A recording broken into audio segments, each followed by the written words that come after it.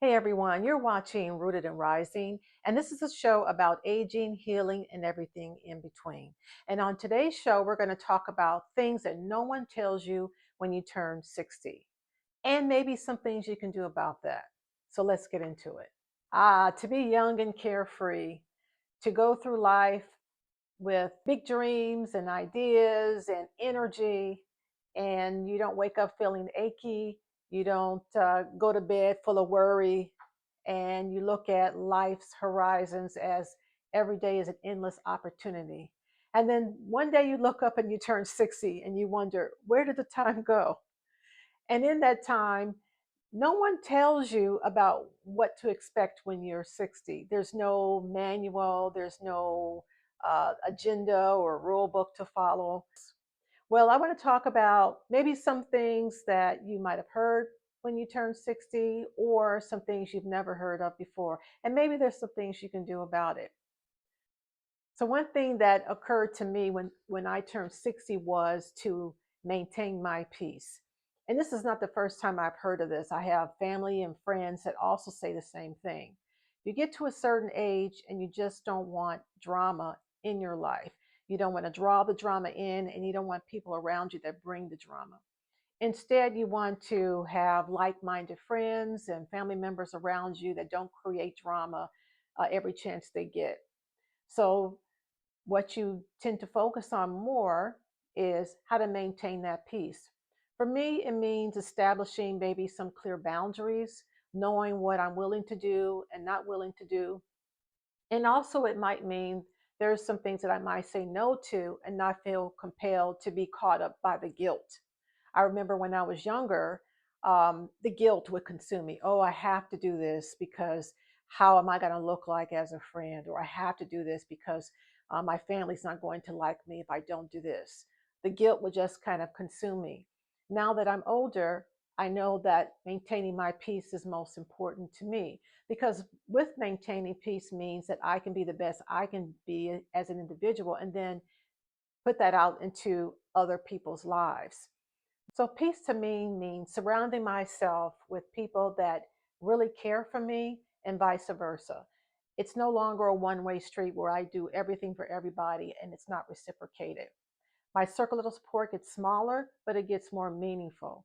I'm not really involved or really care less about people pleasing anymore. Instead, I focus on maintaining stronger connections with people that care about me.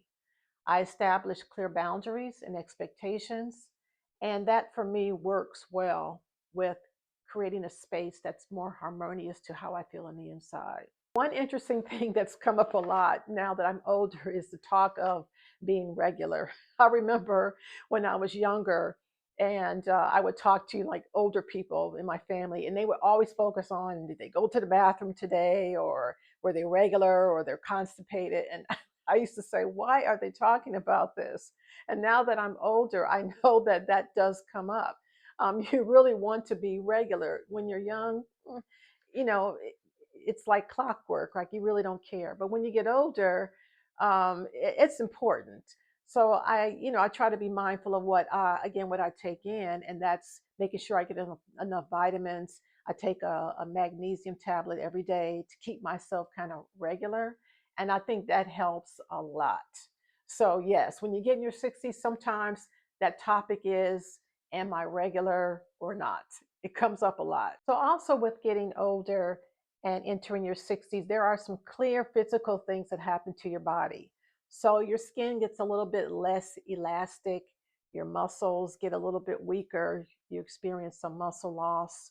Also, of course, there's the pounds that you put on, and it's not like it used to be where you can just eat whatever you want and then you kind of lose it in a couple of weeks. Whatever you eat now just kind of sticks to you like glue, and you're not able to um, just kind of get rid of it overnight. So I think being diligent about what you're taking in is important. So you become more aware of what you're putting into your body. Instead of eating like, a few slices of cake, you might decide to eat maybe a half a slice of cake. Instead of eating large quantities of food, you begin to practice less is more. And so the amounts of food that you eat become less and less. I like sharing a lot. I always often tease my husband because we go out and I'll say, let's share. you know, you get less calories that way, and also you still get a chance to taste whatever you want, but it's not a large quantity of food. So you begin to be more mindful about what you're taking into your body, as well as how you treat your body physically. So although you're putting on weight, you're more mindful about focusing on exercise and making sure that your muscles are maintained. For me, it doesn't mean that I need to go out and run 5 miles at high top speeds anymore or lift very, very heavy weights. In fact, I found that as I've gotten older, it just doesn't fit for me. What feels better to me is walking at a slower pace. I usually limit it to about 30 minutes a day or a few times out of the week. And then I kind of mix in some weight training. So there's a set of weights that I use, not heavy weights, but just enough weights to kind of go through a routine. And I'll do that a few reps at a time. And that's my workout for the week. I just try not to overexert myself, and I listen to my body when I do that. So exercise has become important to me in maintaining my muscle mass and also making sure I get enough cardio in to keep my heart strong. Another topic that comes up is eyesight loss. So when I was younger, in my 30s, I got laser surgery. At that time, I was very, very nearsighted. I couldn't see far away. And so I got the laser surgery. And I don't know if I paid attention to what the doctor said, or maybe he told me and I wasn't listening. But um, as you get older, what was mentioned to me was that your eyes will become farsighted. So you'll have trouble seeing close up. So I got the surgery done. Eyesight was great. And then when I got to be in my late 50s, now that I'm 60, seeing close up is difficult. So then enter bifocals. And I tell you, I don't know how you feel about that if you wear bifocals, but I do not like them. I've struggled with them for so long over the years, trying various pairs of glasses that, did both nearsighted and farsighted, expensive ones, etc. And I just can't get with the up and down nonsense. So now I think what I do now is that I will use some glasses, and they're progressives, but they're kind of cheaters, cheater glasses, and they help me see up close, but yet I can still see far away because the top part of the glasses are clear. So that's kind of a good compromise for me. They're not prescription, but they do the job. And if you want to know what brand I use, you can put them down in the comments below and I'll share the brand with you. But that's a compromise for me. For you, it's just figuring out what's going to work best for you. Just the whole bifocals, prescription stuff just has not worked. But my doctor did tell me recently that as I get older, I might develop cataracts. And so I'll go back and get laser surgery again. And then at that time, I'll get the cataracts removed. And then I'll get laser surgery as well to correct the vision. So we'll see how it goes. Another big one is short term memory loss. And so a perfect example of that is I can be driving home somewhere. I get home and I forgot parts of the drive. It's almost like I'm on automatic pilot and I forget how I got there. Sometimes I forget where I'm going. Like I could be driving and I'll say, oh, where am I going again? How do I get there again? I could, again, the old put your keys down, you forget where your keys are, you put your glasses down, you forget where your glasses are. Just a lot of things that are short term memory types of things you just forget. I think some of it could be attributed to menopause and then perhaps aging as well. Some of the things that I do to kind of keep, up on those things is just playing word games. I play Wordle on a daily basis, and that kind of keeps your brain sharp. I'm learning new skills. Um, and then also I make a list. So if I go to the store, I'll have a list. If I need to pick up something, I'll have a list. If I need to take care of some things for the week, I'll make a little list. That kind of helps me keep things organized and keeps the memory sharper. And something else that's sometimes not communicated is how difficult it could be to pick up things off the floor. So the older you get, it's kind of harder to reach down there.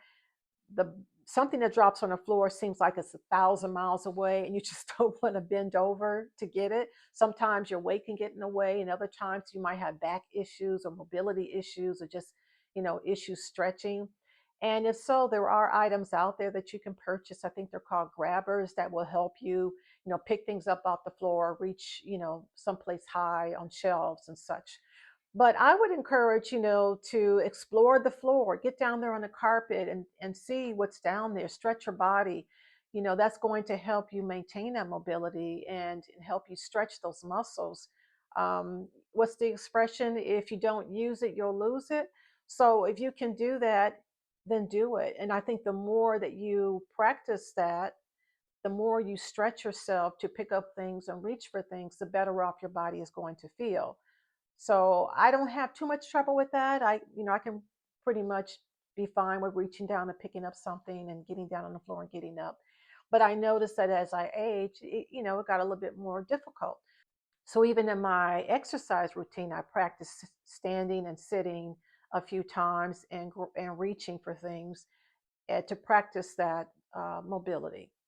So I think it's going to go a long way with keeping you healthy when you do that. And finally, one of the things for me that has come up and I've noticed now that I'm 60 is that I want to be home.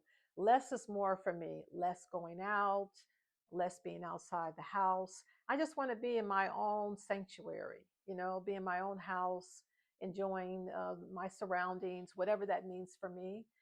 I've noticed that going out is fine. I will do that to kind of keep sociable and enjoy what's out there in the community. But I also like to be home. And when I do go out, it's getting out earlier because, again, eyesight. I don't like driving at night, and I like getting some sleep. So I like to go out early and then leave early. So for me, whatever fun you can have late, you can also have early. You can still go out and have fun and make it home by 10 o'clock. And that's what 60-year-olds do. We go to this event space called the Winery in Atlanta, and most of their shows are early.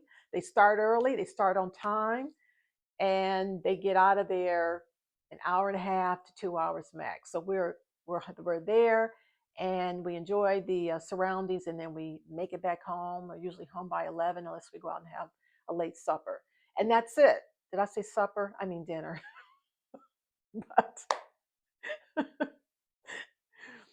but yeah, so that's what we do. We like to get out early and then come back early. So I think when you get older, you tend to do that more, and or you have gatherings at your home and you invite people over and enjoy your space. So those are just a few things that I've noticed when I turned 60. And I would like to hear from you. What have you noticed as you begin to age a little bit more? Are you doing things differently now than, say, when you were in your 20s and your 30s? Put your comments down below and like and subscribe to this channel, and I will talk to you next time. Bye.